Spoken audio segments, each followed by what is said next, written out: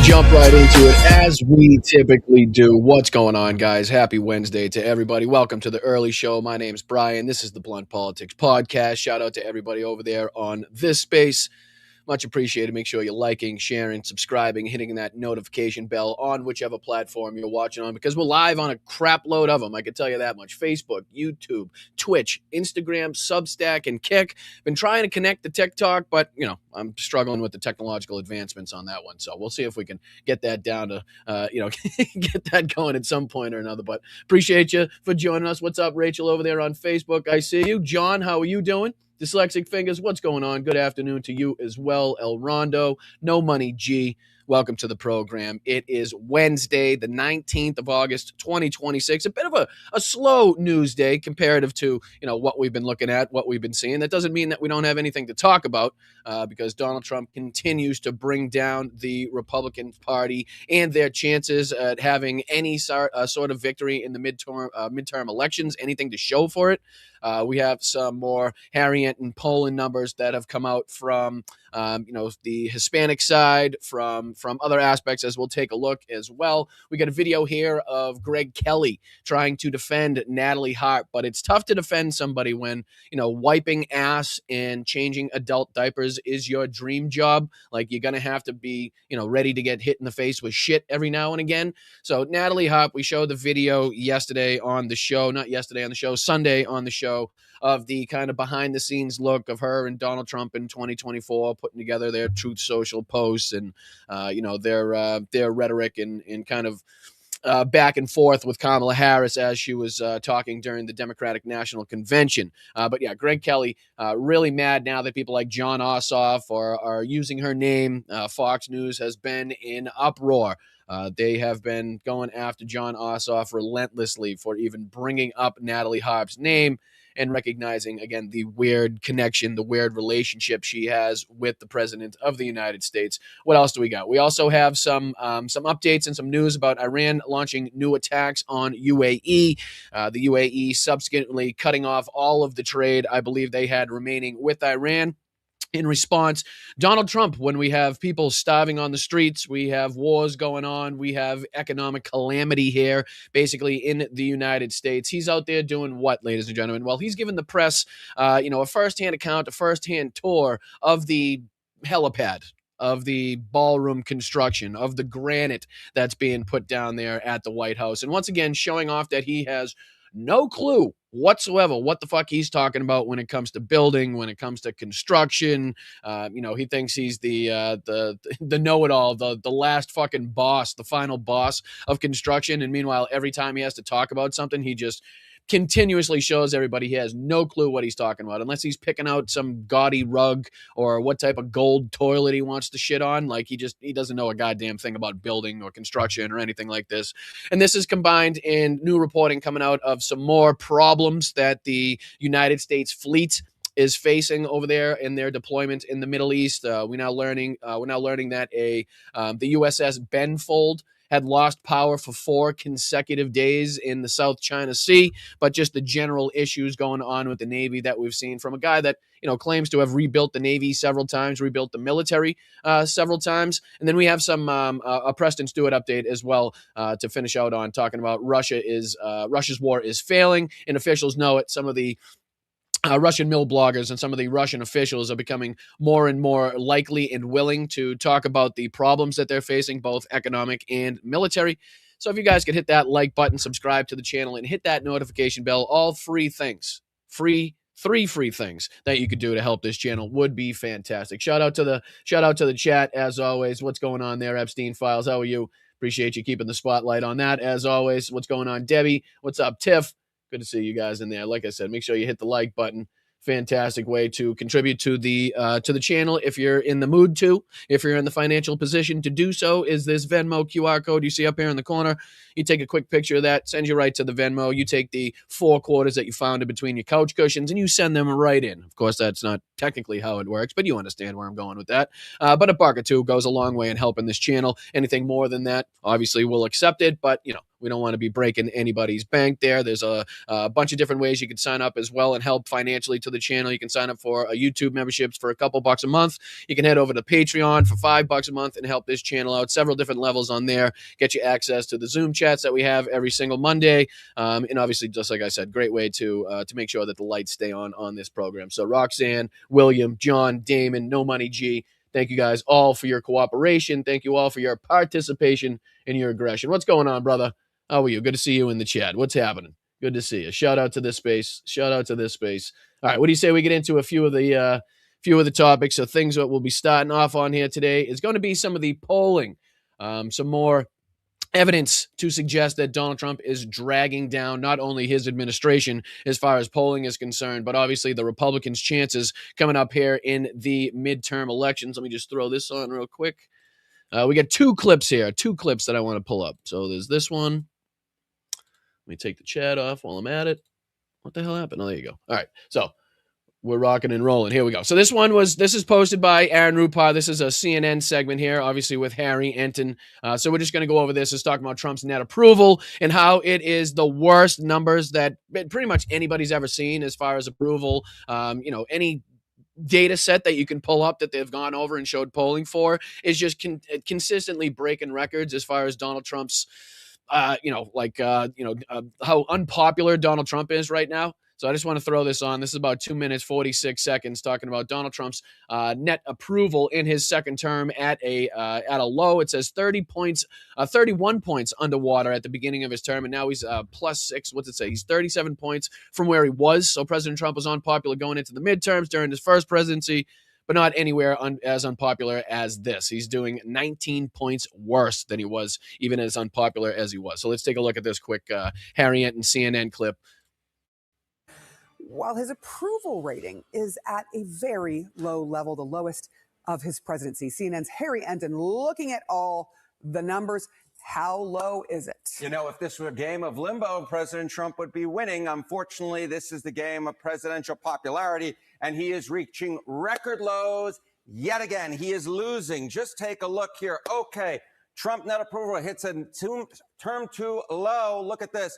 31 points underwater. 31 points underwater, according to Ipsos, the Reuters. I mean, this is fucking calamitous stuff that we're looking at, right? I mean, and again, taking note that, we don't put a ton of stock in polling in general. But if you look at what they were coming up with numbers from, August, January until now, I mean, the clear shift that's gone on in just how unpopular he's become, how many people have made that change away from telling everybody that they support Donald Trump and wearing their fucking MAGA hats is pretty evident, right? I mean, it's pretty obvious to see, regardless what you think about the pollsters and the polling and Harry Enton or CNN in general. I mean, look at this. I mean, in August 2018, that's term 1, -12 points. January 2025, +6 points. Now, -31 points. And this is Trump's net approval hitting a term 2 low. This is a Reuters and Ipsos poll that he's talking about. Ipsos poll. Look where he was at the beginning of term number 2. He was at +6 points. So he is down. What is that? The math quickly. So January 2025, when everybody, well, not everybody, but the people that believed his bullshit, the people that were wrapped up and believed that he was going to cut down prices 50% and,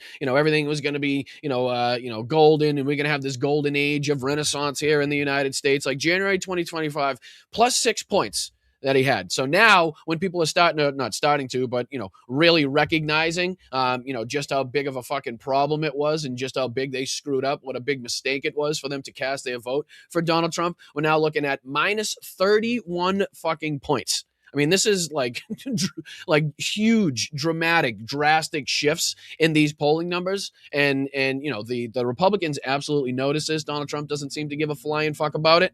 But you can be sure that the Republicans are definitely taking notice of this.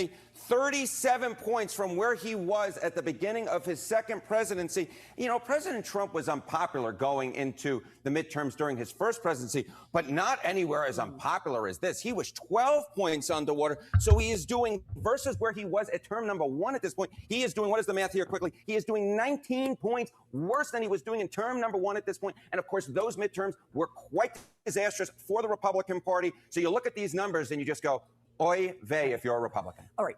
Independents have a big role to play always in elections. Give us some sense of where they stand, because there is still a lot of the party that supports Donald Trump. Yeah, okay. So, you know what? Republicans still, in large part, support Donald Trump. But as independents, who are the name of the game, they are the driver in elections. And just look at why these numbers are falling the way that they are. It is because of independents. Look at these drops. I mean, Trump's not rating among independents. Term two. He's 47 points underwater now. 47 points underwater. He was at minus 1 point at the beginning of his presidency, basically treading water, right? So what is that? That's so again, this is with independents now. Trump's net approval with independents. Term one, August 2018, minus 10 points with independents. January 2025, again, where he managed to hook these morons into thinking he was going to have some substantial change that he was going to create. Now, minus 47 points with independents, according to this Reuters Ipsos poll, which again is like, you know, the nail in the coffin, the death sentence, or at least should be, you know, if in fact these are correct. 36-point drop. So you see that drop of what, 31 points from where he was at the beginning of his presidency, or 37 points from where he was at the beginning of his presidency among the overall electorate. But that's nothing compared to this 46-point drop among independents. And compare that to where he was at this point in term number one before those midterms. Again, he was underwater then, but he was just 10 points underwater then. Now he's 47 points underwater. So that's a drop of what? 37 points. So this has been the problem with President Trump's second term, according to the public, which is he is going and placating the base, but leaving the center of the electorate behind. But you know what? You have to win the center of the electorate in order to maintain your popularity, in order for Republicans. And the even bigger problem that he's facing is that he doesn't have that grip, as we continue to say, even on the cult, even on the, you know, the base that continues to support him and defend all that he's doing. Like, even that in the grasp that he has on them is slipping drastically. So he's leaving everybody else aside. Everybody else is pissed off at him. He's trying to placate, like you just said, the base. But even that isn't going well. Like, even that is seeing people like Owen Schroyer, which we showed yesterday, and might even play again here to kind of, you know, reiterate and kind of drill home the message and show you that these people that once were the heaviest, the biggest supporters of this movement are now seeing the light, to whatever degree that they're seeing it, right, through their warped mind, through their warped vision. But they're now at least noticing that they've been lied to, that they've been, they've been kind of thrown under the bus, as Owen Schroyer was saying there. Donald Trump used and abused them to get into his second term and enrich himself, enrich his friends, enrich his family. Meanwhile, hasn't come through on any of the promises whatsoever, and in fact has done quite the opposite as far as the promises. You know, promise to make things cheaper, everything's more expensive. Promise to not start any new wars. That's all he's done, is start wars and try to provoke either enemies or allies, more likely allies, in Donald Trump's second term. Like, he's gone and used the military, as we continue to say, like his own personal Gestapo force, to continue to wield his tiny dick energy around the planet to make sure that people understand that he's a big, bad alpha person. Meanwhile, all he's doing is causing death, destruction, degradation of societies, destabilization in the Middle East and in other areas of the world. You know, the shutting down of the Strait of Hormuz, instability and, uncertainty, what's going on with the Bab el-Mandeb. The Houthis have been activated. They're fighting with, the Yemenis government now. They're firing, again, with Israel. Israel's fighting with Lebanon. I mean, all of this now kicked off to a large degree because of, Donald Trump's stupidity and him going along with Benjamin Netanyahu to enact this war. But the numbers are horrendous, no matter which way you slice it, no matter how much stock you put in these polls, whether it's a little bit or a lot of bit. Like, it's clear to see where the trends are going, right? And there's another one here that I wanted to show that more specifically looks at his numbers with the Hispanic voters. So let me throw this on right here. This is posted by Harry Enton. This was, I think, 2 days ago. Yeah, it's the 17th. So he says, ay caramba, Trump had a historically strong showing for GOP nominee with Hispanic men, but his support has plummeted. And we've, again, talked about this on the podcast, how the Republicans really banked on the Latino vote, the shift that they were seeing in trying to, again, gather or gain support with the Hispanic or Latino communities.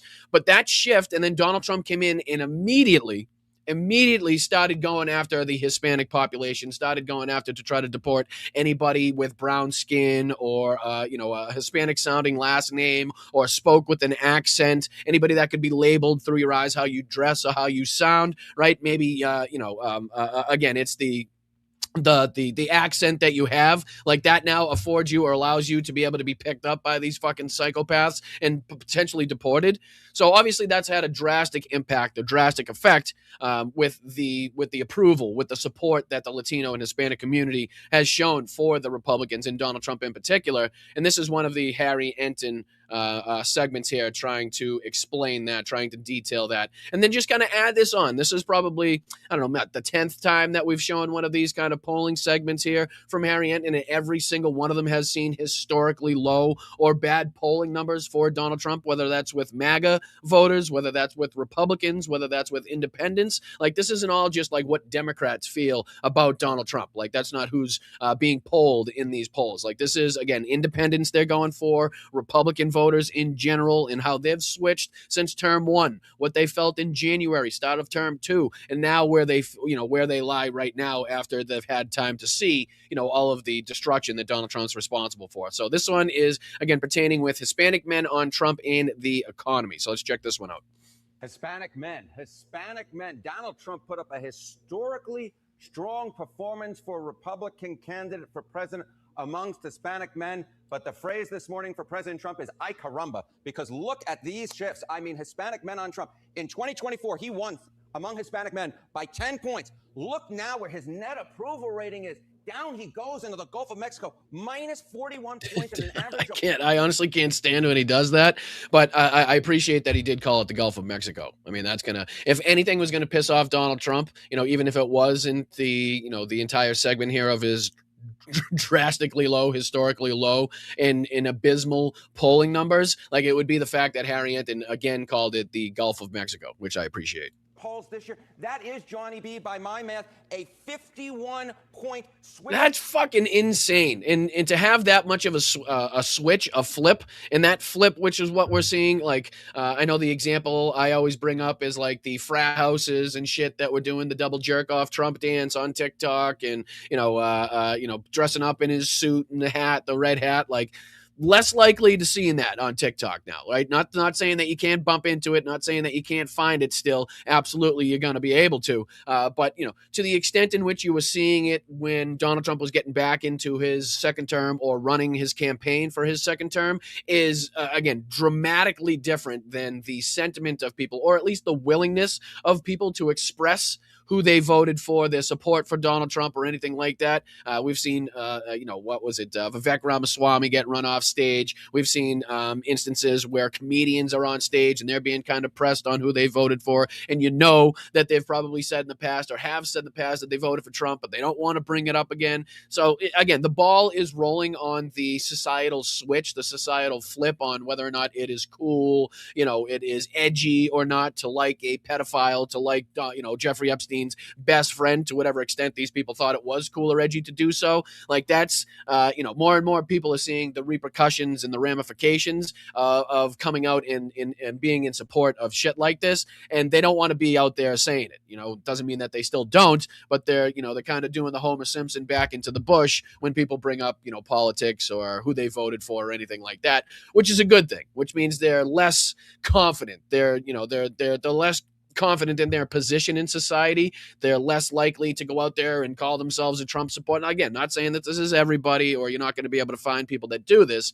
but it's becoming less and less, right? The percentage of people that are out there with their fucking Trump hats and flags and got them flying all over their house, and we've seen a huge decline in that, and it's because the societal shift, the political shift on the popularity of Donald Trump and his administration is taking the turn that we're seeing here. So in 2 years, right? So when Donald Trump's fat ass was sitting around with Natalie Harp trying to figure out his responses to Kamala Harris's speech in the Democratic National Convention in 2024, like in the video that we showed on Sunday, and like Greg Kelly will try to defend and talk about in later in the show today, he was plus 10 points there within the Hispanic men on as far as, in comparison with Kamala Harris. Minus 41 points, a 51-point shift in just 2 years, which is insane, right? That's huge, incredible. And that is just a, kind of a small glimpse at what is a vastly bigger picture of Donald Trump's decline in popularity here.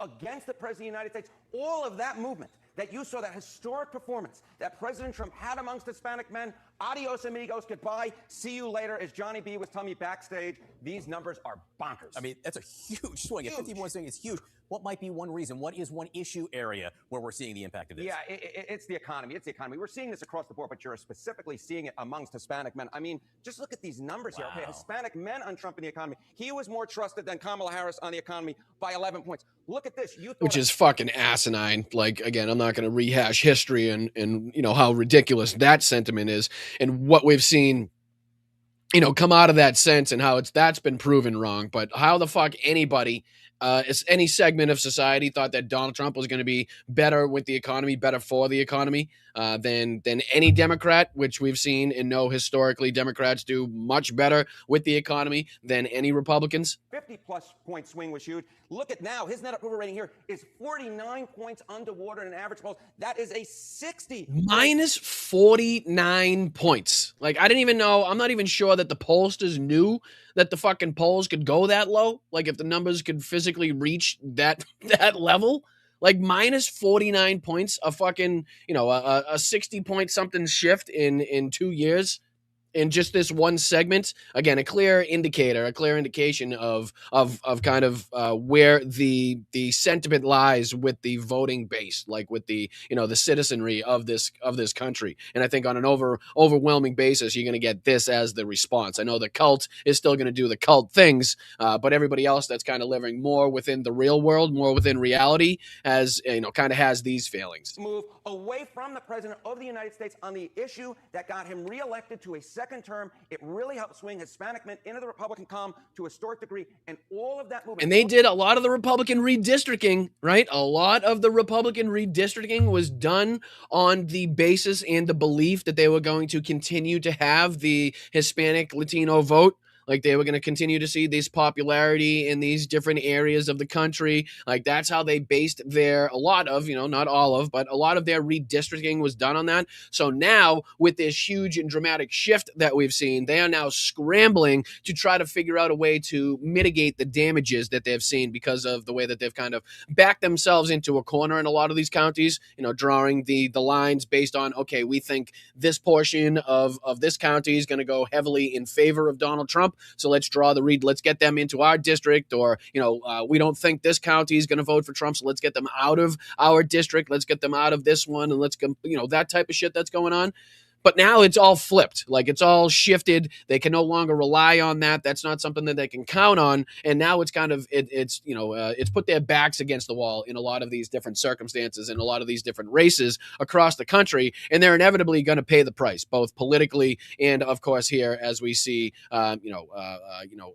financially as well. All that hard work that Republicans made and did for the 2024 election, it all is just basically gone at this point. A huge swing back against the Republican President Donald John Trump. Okay, how might this manifest itself in the midterms? Yeah, okay, so it is one thing that you're seeing these big moves among President Trump, right? You're seeing. So obviously the big question, how is this going to play out in the midterms? How does this impact or affect midterm elections? So he goes on here to explain, his opinions on how this could impact the midterm elections. Big moves among Hispanic men for President Trump. But the key question is, will this actually matter when it comes to the ballot boxes? It's one thing to not like somebody else, but will you actually pull the lever for the other party? Just look at this. Okay, choice for Congress, Hispanic men. Look at this, guys. By 8 points.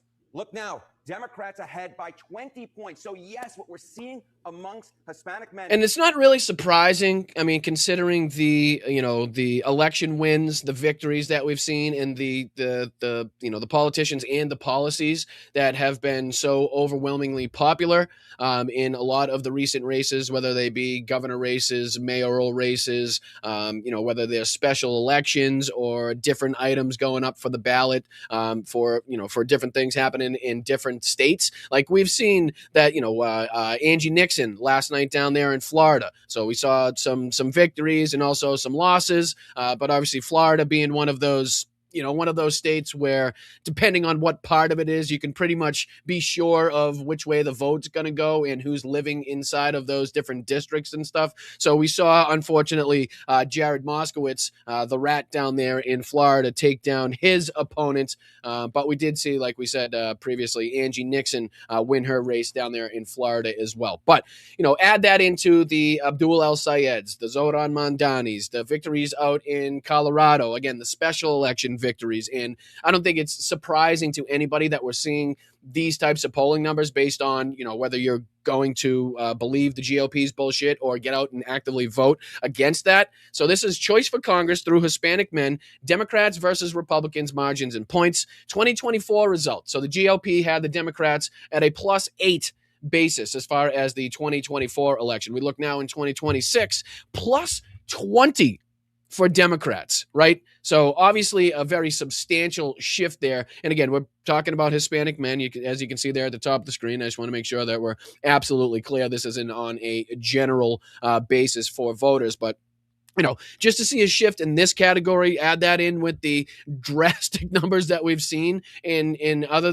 these other data sets from Harry Anton and from other polls that are being shown out there. Like, it's not looking good, to say the least. Like, Donald Trump has set his party up for failure. The lies that they told, and again, the party set themselves up for failure by going along with Donald Trump, by, basically utilizing or using, I should say, Trump's bullshit as their own party platform, and backing everything that the guy says, does, all the crimes he commits, all of the fraud, all of the corruption that is out there blatantly in your face on a daily basis, all of the American citizens that he's responsible for the deaths of, whether you're in the military or you're a protester on the streets trying to combat what ICE is doing.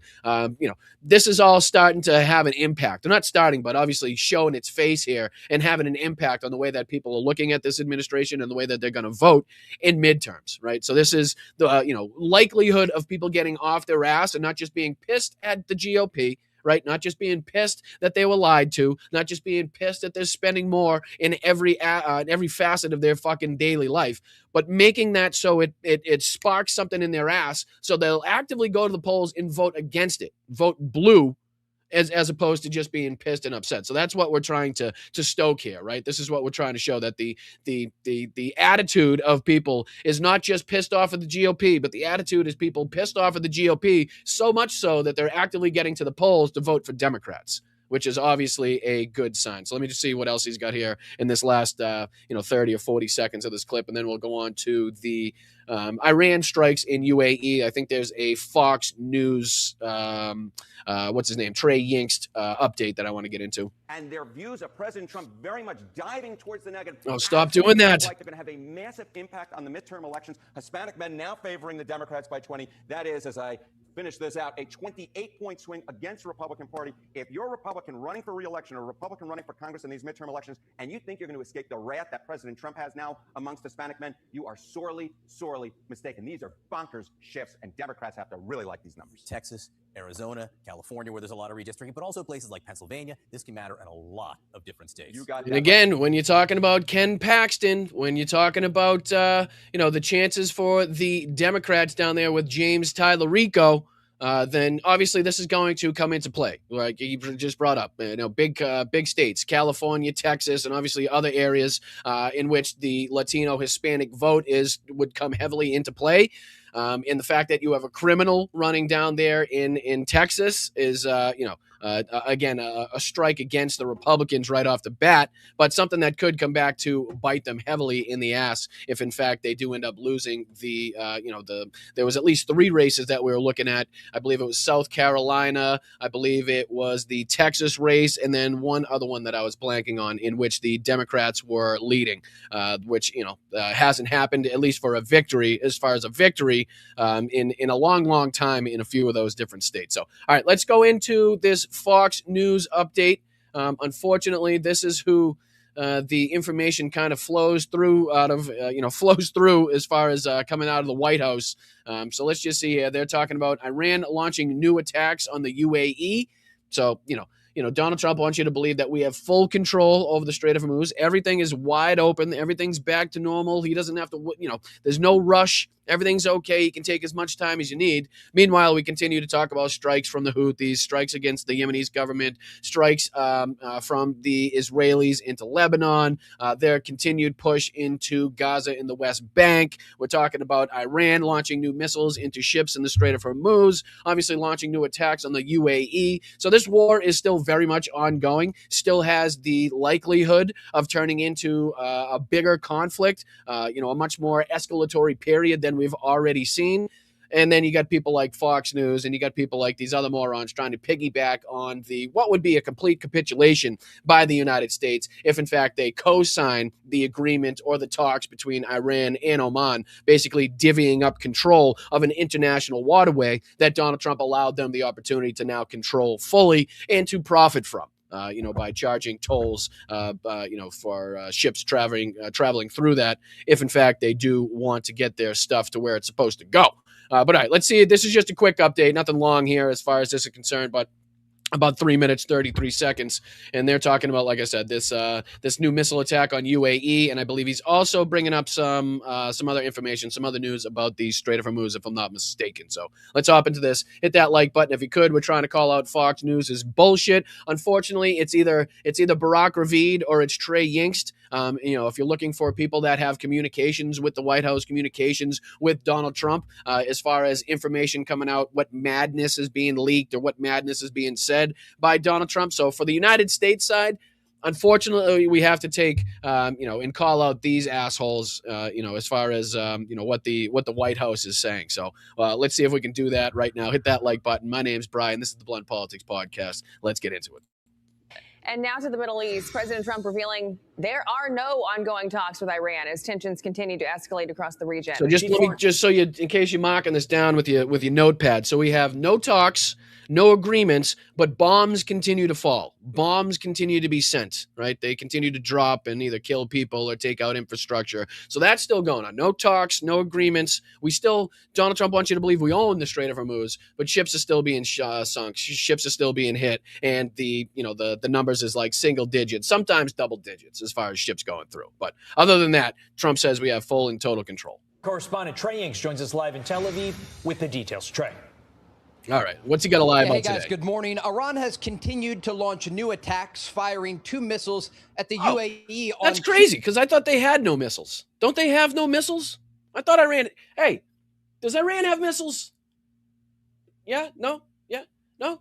Yeah, they do. I thought they didn't. I thought Trump said they didn't have missiles. I could have sworn on several occasions Trump said that they were defeated militarily, that they can strike, they can't strike back, they can hit nobody, they can cause no damage, they can't be an impact. I know yesterday he said they could be a nuisance and they could put mines in the Strait of Hormuz and sink billion-dollar vessels, but who's thinking about that as far as being a danger? It's not like the insurance companies or the captains are going to be pissed off about that, are going to use that as a reason to be like, nope, I'm not sending my ships through the Strait of Hormuz. Oh, they are?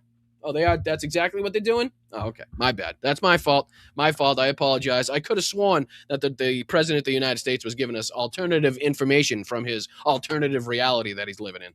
Tuesday, the event triggered sirens there, forcing millions of people into shelters. All of this taking place, and the UAE responding, suspending all trade with Iran until further notice. Iran denied they were responsible for the missile attack. This does come as the war of words between the United States and Iran is ongoing, with no indication that a deal could be reached anytime soon.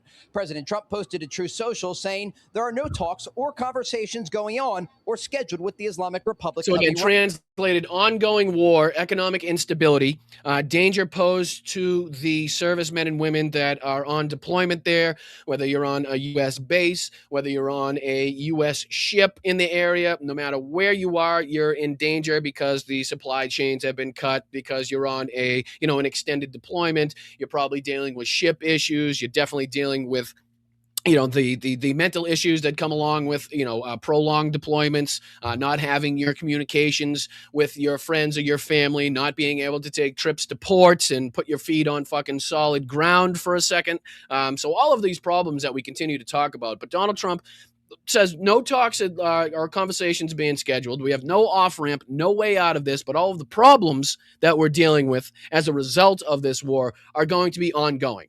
right? So he doesn't care about you and the problems that you're facing. He doesn't care about the people that are basically shitting themselves to death because of the, the diseases and the fucking problems with the food that have not gone out under the careful watch of RFK Jr., right? We got now people shitting themselves to death in this country and people afraid to eat different fucking food groups right now. But, that's what happens when you put people like RFK in charge and people like Donald Trump in charge. But just in case you're keeping score, we have no off-ramp, no way out of this.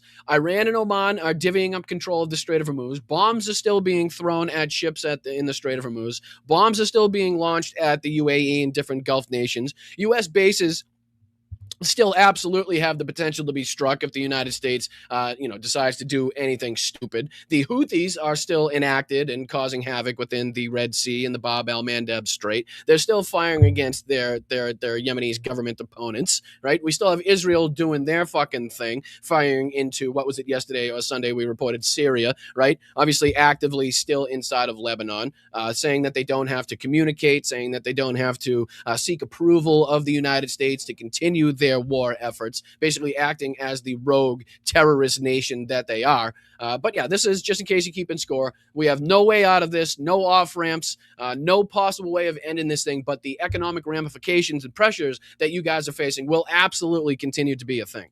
The naval blockade remains in full force and effect. The Hormuz Strait is open and operating. It's not. It's just not. It's just fucking not open. Okay? It's just fucking not open. I don't know what his definition of open is, but to the extent that we were seeing ships go through that before the war started, we are not seeing that now. It is just fucking not the case. He's living in la la land. He's a fucking delusional, demented old fool who has no clue what the fuck he's talking about and will just say and do anything possible to give himself an edge towards victory where there is no victory to be had. Like he's quite literally still trying to pry, loss out of the fucking jaws of victory, and it's just not going to happen. He's quite literally in the belly of the beast right now, still trying to get the victory, to somehow fucking present itself, where it's just not going to happen. We have clearly lost this. We have been defeated, both militarily, both economically. They have defeated us mentally in this whole thing as well. Like, back away, get everybody out, fucking do a deal. Give Iran the least amount that you could possibly walk away with giving them, and ending this thing at the same time is basically the only off-ramp that Donald Trump has afforded the United States. That's the only thing left within our disposal, besides obviously ongoing escalation, continued bombing, civilian casualties, devastation to infrastructure, clean drinking water becoming, more and more scarce in the Middle East and in different regions that we're bombing. Obviously, retaliation against the U.S. bases, retaliation against the Gulf allies and partners in the region. All of that is a likelihood, but that's the opposite of trying to end this and see less devastation, death, and destruction. But again, if we're trying to get out of it, that seems to be the only way. Iran has been clear and set in their ways, set in their demands. They want the ability to trade their oil and sell their oil. They want the sanctions lifted. They want the frozen assets reallocated to them, right? The control over the strait, the ability to charge tolls, all of this. We need to be able to give them the least. Like, we need to make sure that they get the least amount that they're asking for while still being able to end this. But give them things we must. That's just the unfortunate reality of the situation that Donald Trump has thrust us into. We have lost this war. We have lost this engagement. We are not going to see regime change. We are not going to see this uprising of the Iranian population to uproot and overturn and overthrow their government. We're not going to see this installment of democracy spread throughout Iran. We have created a more hardlined group of people. We have created a government more ready, able, and willing to experience economic pain, financial pain, or at least put their people through economic and financial pain, and even physical pain, to get one over on the United States, to become the victor in this war, to remain in control over the Strait of Hormuz, which is ultimately their nuclear weapon, right? Because if they can remain in control over that, I'm sure they could probably even appease Donald Trump to some degree and give him the nuclear dust or some fucking semblance of the nuclear dust while basically also being able to keep their alternative nuclear weapon, which is control over the Strait of Hormuz. So not only will they see economic benefit, but if anybody decides to, sneak attack them again, whether Israel or the United States or anybody else, they know what's going to happen. They know that that strait's going to be closed. They know who controls it. They know that their mines are going to be put there. Missiles and drones are going to be launched into ships that try to traverse that illegally or without the permission or consent of Iran or Oman. That's what their weapon is going forward. That's going to be their geopolitical power going forward, is what's been afforded to them by the United States, something that they didn't have, or at least weren't willing to use before this war started. Mines have been removed or detonated. A day prior, U.S. negotiator Jared Kushner told Fox News that communications with Iran were still underway. Kushner, with no fucking military experience, never been a negotiator, no affiliation whatsoever, to any business, organization, agency that would have any fucking relevance in this situation, just purely out of nepotism, purely out of being closely aligned and associated with Donald Trump. The fact that he's made billions and billions and billions of dollars for his own personal use out of these negotiations and previous negotiations, I guess, is irrelevant. But why the fuck this guy is front and center in talks for the United States, I will fucking never understand. It blows me away that anybody, even within Donald Trump's administration, the people that have worked in the government, that have had, roles in this position or somewhat related to this position, afford this fucking dickhead the ability to speak on behalf of the United States, not even on behalf of the United States, because rarely does he mention the United States anymore? But you can be damn sure that he's going to talk about our greatest fucking nemesis, which is Israel, right? Our fucking the country that Donald Trump really sent our boys and girls out there to fight for. Benjamin Netanyahu's own maniacal plot to stay in power so that he could avoid accountability for his corruption scandal within his own country, or the international warrant that he has for his arrest for being a fucking war criminal for all the war crimes that he's been responsible for under his leadership. The same thing that Donald Trump should have to fucking face in The Hague too. But that's who he continues to speak about. That's who he'll continue to reference, right? Much like, what's the guy's name? Who's the ambassador right now to Israel? Mike, I can't even think of his name. Mike something. But, if you listen to him talk, it's Israel this, Israel that. We must fight for Israel, Israel protection, Israel this, Israel this, Israel this. Meanwhile, never talks about the United States, never talks about the benefit to the United States or helping the people of the United States or making life more affordable in the United States or making healthcare, access to healthcare more readily available to the people in the United States. But everything, more money, more weapons, more aid must be given to the Israeli people. We must send more men and women to die for the Israeli cause, for, Benjamin Netanyahu and Itamar Ben-Gvir and Bezalel Smotrich and the rest of these genocidal fucking pricks they got over there running that country right now. So why this guy is in, of course, it's because of his, relationship with Donald Trump's daughter that he's inevitably given this opportunity. And obviously the maniacal ways in which he's utilized to make money and billions of dollars for this family is why he continues to be involved in these talks and negotiations. But again, it just pisses me off every single time I listen to this fucking pipsqueak talk or even see his face on the screen. Immediately after the statement by the president about the Strait of Hormuz. Oh, shit. We're rapidly running out of time here. All right, let's go on to, this was one of them that I wanted to look at too, because this guy was pretty pressed, to whatever extent that Brett Baier in Fox News is willing to press a Trump official. Let me throw this on your screen here, because he's being questioned on the low stockpiles that have been so widely reported on, right? And his job here, this Trump official, is to go on and lie about this, right? To not admit that this is the reality, but also tell everybody that we're more than ready, more than capable, and willing to go fight wars all over the planet. And, don't worry, we're the strongest and toughest. Meanwhile, we're looking at sailors, soldiers, and airmen trying to jump off of fucking aircraft carriers to get out of, or to get away from the, horrendous conditions that they're now fucking facing in some of these ships. Fucking shit everywhere, no running toilets, no ability to take a hot shower, can't communicate with your family, fires breaking out in the laundry room, being on deployment 270 plus days without seeing or touching touching your foot on land anywhere. Like it's all of the things that we've talked about. And this is the ATACMs, the Tomahawks, the THAADs, the Patriots, the problems we've heard Israel cry about, the problems we've heard our Gulf partners cry about, the lack of interceptors, right? The fact that Ukraine is at where they're at as far as interceptors. Like, this is a huge fucking problem right now. And this guy's job is to go on Fox News and lie. But Brett Baer, giving him a little bit, just a fucking minute piece of credit here, is asking, kind of, is this true? Are you lying? Is this really where we are? So I just wanted to go through a couple minutes of this real quick and then see what lies are being told. And let me show this just before we dive into this, because this is what I was talking about earlier. This is the USS Benfold, which we talked about losing power for 4 days in the South China Sea. Like, there's videos and pictures going around right now of some of the U.S. naval vessels looking in pretty fucking rough shape. Again, I'm not gonna put them on here because it's difficult to kind of confirm or corroborate if they're real or actual ships in service, or if there's somebody kind of playing with Photoshop. But to the ones that have been confirmed, obviously the stories that we have looked at, like the situations and the long deployments and the amount of time they've spent on the ship is obviously having an impact. Well, this is the USS Destroyer here. It says on July 24th, the USS Benfold suffered an engineering casualty to its generators and spent 4 days powerless and adrift in the South China Sea, disrupting galley service and toilets.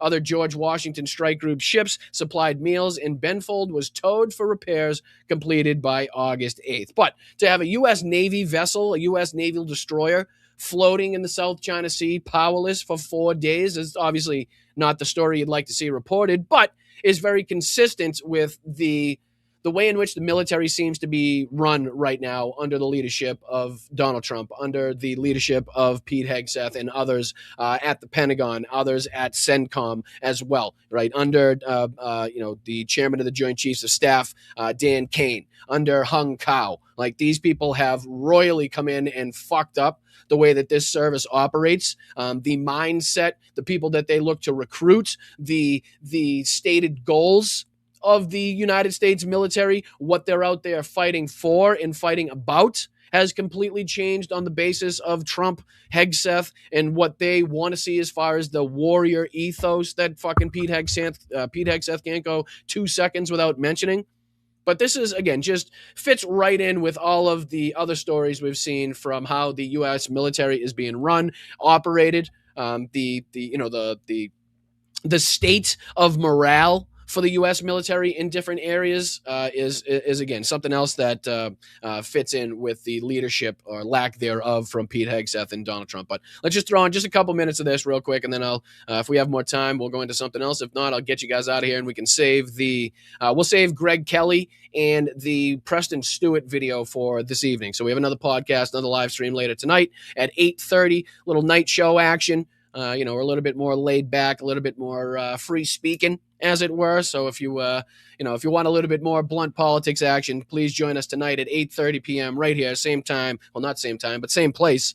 You can click the notification bell, and that'll give you the update, the alert, just before we go live anyway. But yes, this is Brett Baer on with, I forget the Trump representative's name here, but he's kind of been tasked with going out and doing the propaganda as far as the military stockpiles are concerned. So let's see how he's questioned here on Fox News and what we need to call out.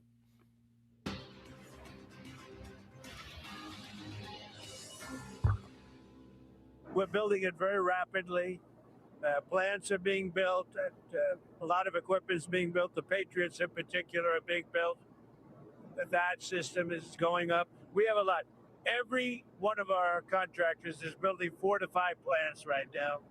Again, that's not a good thing from the idiot that continues to tell you he's rebuilt the military several times now, which we know is just a ridiculous, asinine statement to make for any singular person, especially Donald Trump. But to be continuing to make that statement and then have to report on the fact that we have drastically low levels of stockpiles on a number of different weapons platforms, and then have to say that the people that make those weapons are actively trying to build facilities so that we can revamp those stockpiles. Like, you understand the time it takes between, development of the facilities to the time that those weapons can be produced and then actually used on the front lines or actually used in whatever theater of war that they need to be used in. Like, that's a substantial amount of time. So clearly we weren't set up, right? Clearly we were not prepared for the amount of military activity that Donald Trump has thrust us into. Right. Clearly, we did not have the stockpiles. We did not have the readiness. We did not have the education or the information to be able to detect what the response was going to be or what the realities of these engagements would likely be. Like, they just literally went into this like Hitler after the fall of France. Like, he was smelling his own farts so much that, you know, he was like, fuck it, I don't need to listen to anybody. I'm going to take command of the military. Nobody can tell me anything. I'm a military genius. Nobody else defeated France in this amount of time. Nobody else thought to do this, that, or the other thing.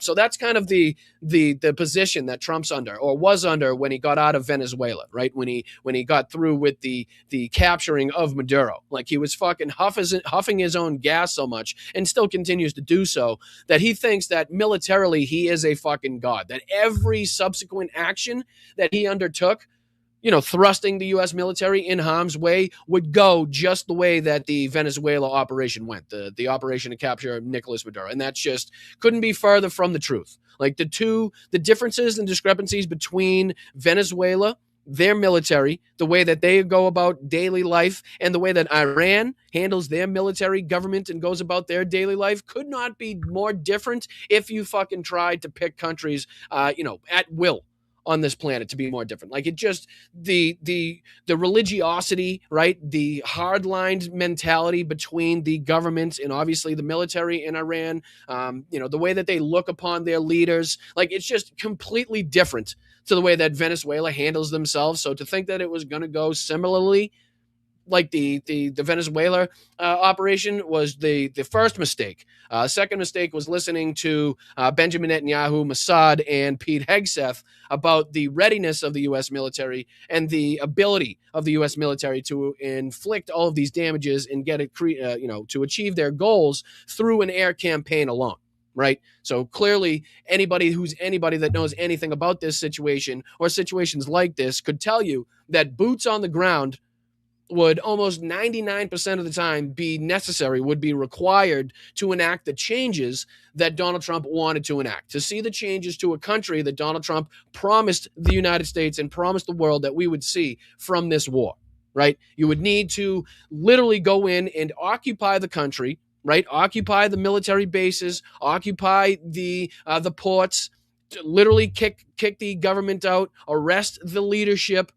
You would need to install U.S. military all throughout the country to make sure that we had, we could continue to occupy these different positions, these different bases. You would need to make sure that the rest of the world knew 100% that Iran could not continue to mine the Strait of Hormuz or shoot missiles into Gulf nations or utilize their Shahed drones in any way, shape, or form. And that's just not what we've done, right? That's just not what we've seen happen.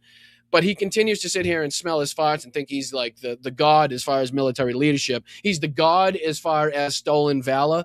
Like, the pictures he continues to post with him and George Patton and General MacArthur, the draft dodging psychopath and the stolen valor he's responsible for now, and thinking he's a military god, is just off the charts.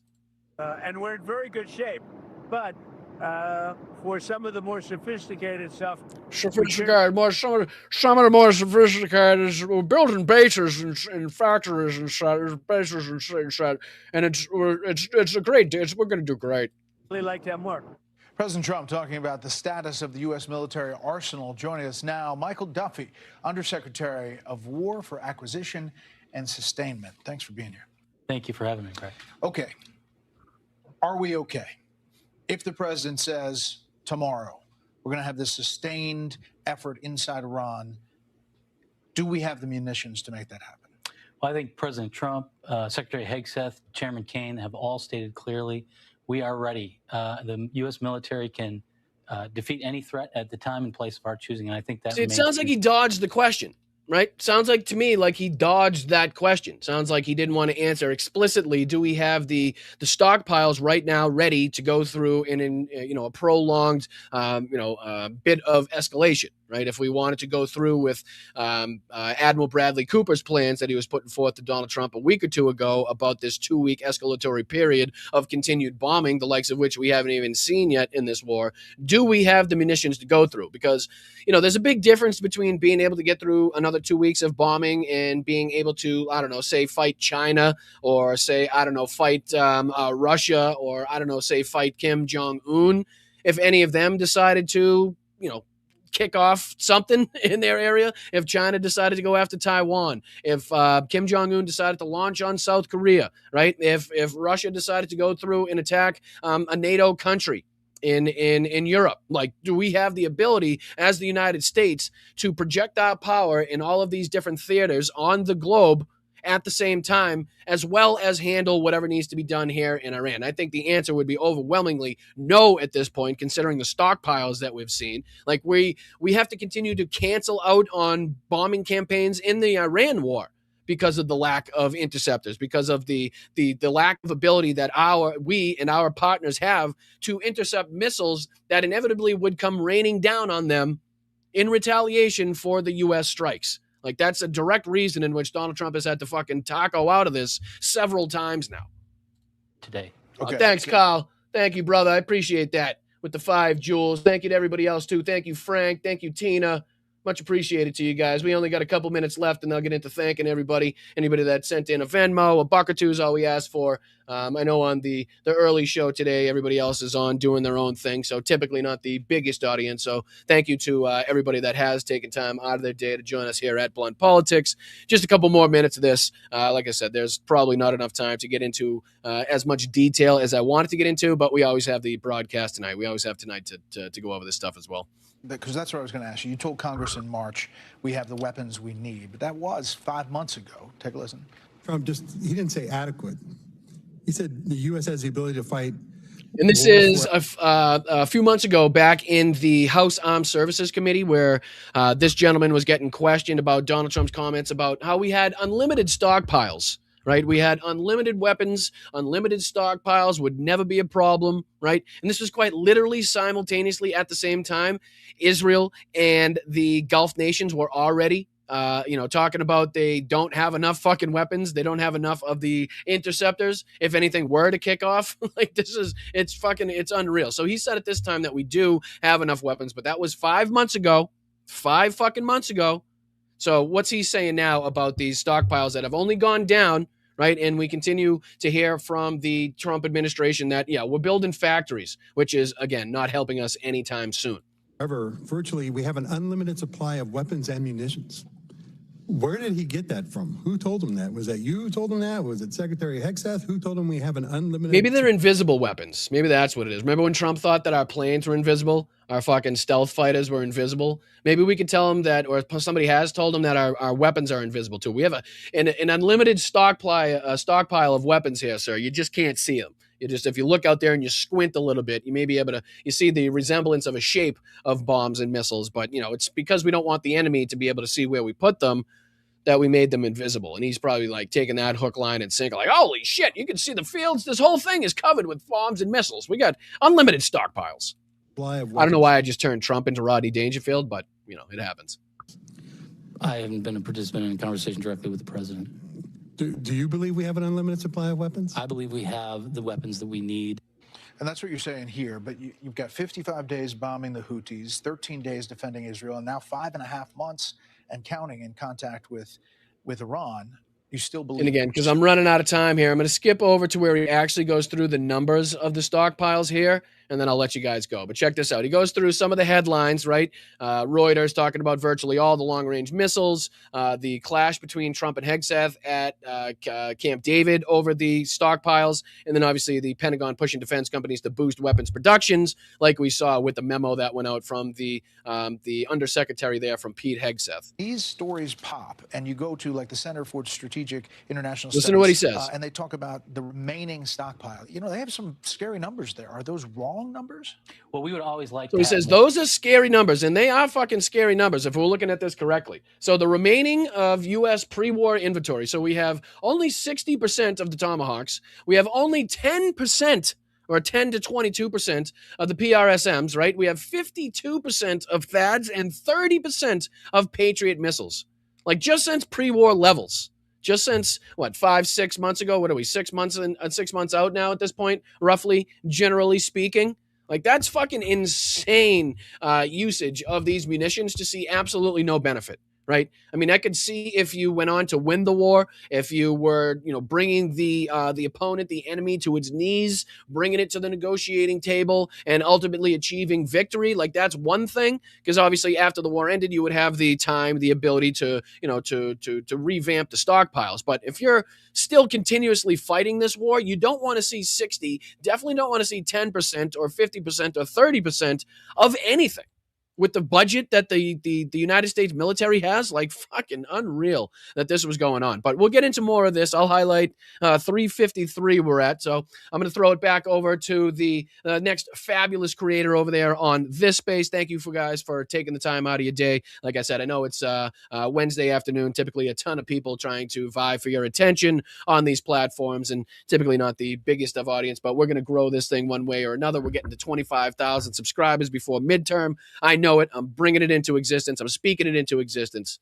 But stick around so I can thank everybody on the blunt politics side of things, and I'll kick it over now to the next great creator over there on this space. Much appreciated, guys. Thank you to the chat. Thank you to the mods as well. So let's see if we can thank some people who were nice enough to send anything over through Venmo. Keeping this show running, keeping the lights on, keeping some food in the belly is a must. And again, trying to do things independently here on this channel. Again, not the most viable financial route to, to retirement, let's just say. But, with you guys and your contributions, your generosity, it continues to push us in the right direction, continues to move the needle. And one of these days I will feel safe and secure about the decision I made to give up my plumbing career to speak about politics and these very important issues on a daily basis. Just hasn't happened yet, but it will. But thank you to Kathy. First up today on Venmo for the $5 you've sent in. Solitaire winning share. Let's go. I didn't even know you could play solitaire for money, but Kathy, let's go. I might have to back you. Do you need a sponsor? Can you get like a solitaire sponsor? You could wear like blunt politics on your brim, right? Or you could wear like a blunt politics sweatshirt while you're playing in the tournaments or something like that. I'll throw in, I'll sponsor, but we got to share the winnings. How good are you? No, Kathy, I appreciate you. Hope you're having a good day. We'll see you this evening as well. Thank you to Brian H. as always. Great job. Just wrapped up. And yes, Brian, it's a big hot rod. Harley Davidson had to drive from the job site to Albuquerque to collect money and get back to the pay guys. 200 miles, 3 hours. Great day. Well, I appreciate you in all of that chaos and all of that driving for taking the time out to send in the $5 over there on Venmo, taking the time out to say your kind words and your good deeds, making sure everybody gets paid. So thank you, Bri Guy. Much appreciated. Thank you to Erica B as well. Thank you so much to Erica. Says, Brian, I always look forward to your shows. Thank you so much. Thank you, Petrazi.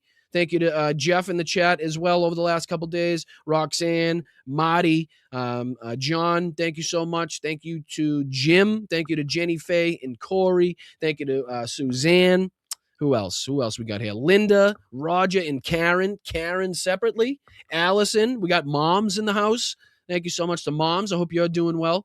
Yeah, thank you to everybody who, again, utilizes that QR code up in the corner. Says a little bit of, kind words about the show and keeps us going there. So who's first up here on YouTube? Frankie. What's up, my main man? How are you, brother? For a candy bar. Let's go. And that's probably what a candy bar costs nowadays, for fucking Christ's sakes, right? Goddamn inflation. Unreal now. Fucking candy bars are ridiculous. Almost makes you want to get healthy. Almost. You know what I mean? But then if you eat lettuce, you're going to shit yourself. So you're damned if you do, you're damned if you don't, really. But thank you, Frank. Shout out for the $5. Thank you so much for that. Thank you to Tina for the 10 jewels. Thank you to Kyle for the 5 jewels. Thank you to Will. Will, thank you so much for the $2 contribution. Much appreciated for being here. Not only just being here, but obviously making a contribution to the channel is much, much appreciated. John, thank you so much right after that. After 25 years defending this country from threats, and the biggest threat turns out to be this orange moron, his idiot followers, and greedy corporations. Isn't that true, right? And a lot of people that, donned the uniform and raised their right hand. First and foremost, thank you so much for your service and, defending this country the way that you did. And sorry for the way that it turned out. Sorry that the devil was working from inside the house, as it turned out, all of these years. But again, that doesn't take away from your service, your sacrifice at all, and it just makes us want to continue to fight even harder, get even more aggressive to get this orange moron out, and to make sure now it's not just getting this guy out as soon as possible, but it's now making sure that anybody that's trying to follow in his footsteps knows exactly what's coming their way. So that's why the Nuremberg-style trials that I will continue to demand that Democrats have and hold, basically on a daily fucking basis. I want people to be perp walked. We want handcuffs. We want cameras. We want courtrooms. We want committees. All of these things need to be held so people understand that this will never happen and should never happen again in this country, and that you will be held accountable. Right, you will be fucking, if you are fraudulent, if you're conning and ripping off the American people, if you're sending the servicemen and women of this country to die for your own personal gain,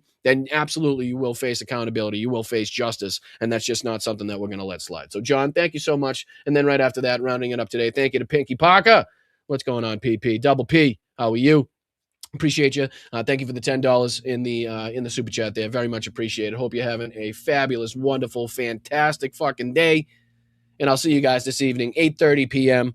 For the late night show. Again, 2 hours that we got this evening, so a little bit more time to report on the craziness. And again, a little bit more laid back, being late night, a little bit more, open with the opinions, let's just say. So if you enjoy that type of stuff, if you like what you're hearing, if you like what you're seeing, please hit that like button, please subscribe to the channel, and please hit that notification bell. We'll see you this evening. Thank you to the mods once again for taking the time out of your day to make sure that chat remains a safe place. And then thank you, as always, to the best community on social media right here at Blunt Politics. You guys are amazing. I continue to feel the love, continue to feel the support, and hopefully we can continue to grow this channel, grow the base, and grow the the reach that we have, the ability to actually get our opinions out there, and maybe at some point affect some change. So appreciate you guys. Thank you so much. I will see you this evening. Make sure you hit that like button on the way out. My name is Boston Brian. This is Blunt Politics. Stay loud, stay proud, stay aggressive, stay informed, but most importantly, stay in the fight, because we're just not pissed off enough in this country. Get the fuck out of your seats and into the streets, but keep your head on a swivel. Make sure you're staying safe out there. All right? I'll see you guys later. Love you guys. Appreciate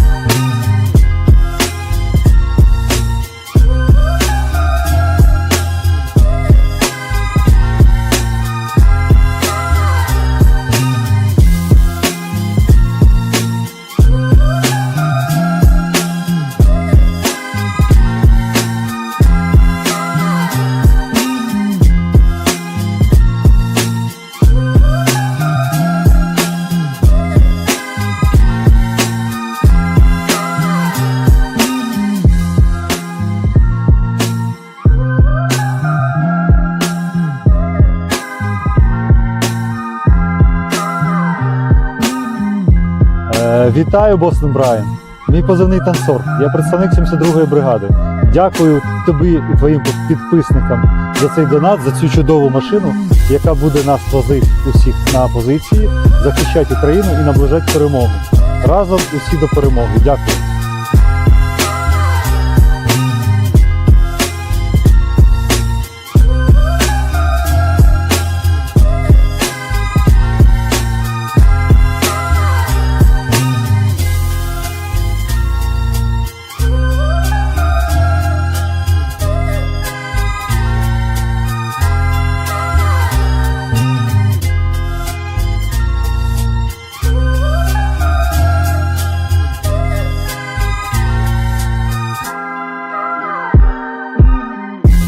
Inviting Americans from all across the country to come. For miners, do we love miners? I love miners. The kidney has a very special place in the heart. It's an incredible thing. God bless the United States. To officially name the undisputed. When did this come out? Here's a thought. Grow a sack, fill it with some balls. Somebody said, is that a Trump statement or is that real? He says, wrecked him, damn near killed him. Taking it back to Nevada where he's wanted for banging horses. Мій позивний танцор. Я представник 72-ї бригади. Дякую тобі і твоїм підписникам за цей донат, за цю чудову машину, яка буде нас возити усіх на позиції, захищати Україну і наближати перемогу. Разом усі до перемоги. Дякую. White people are a mortal danger to you and your loved ones. Is there anything worse than white people? My superpower is being honest. I will eat my neighbors. Fucking Nazis.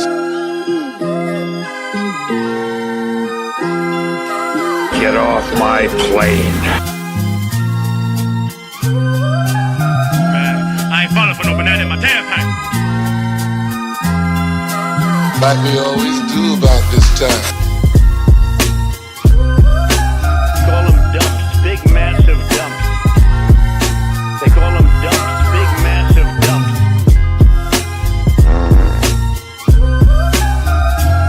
You know what uranium is, right?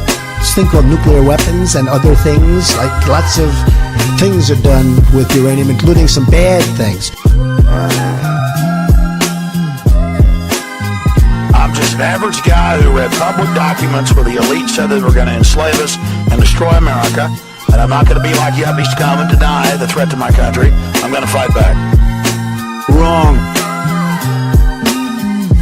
How do you lie to the FBI and now you're running for president? Seriously, how do you lie to the FBI and now you're running for president? Вітаю, Бостон Брайан. Мій позивний танцор. Я представник 72-ї бригади. Дякую тобі і твоїм підписникам за цей донат, за цю чудову машину, яка буде нас возити усіх на позиції, захищати Україну і наближати перемогу. Разом усі до перемоги. Дякую. Oh, get those lights off! Off! Turn them off. They're too bright. Turn them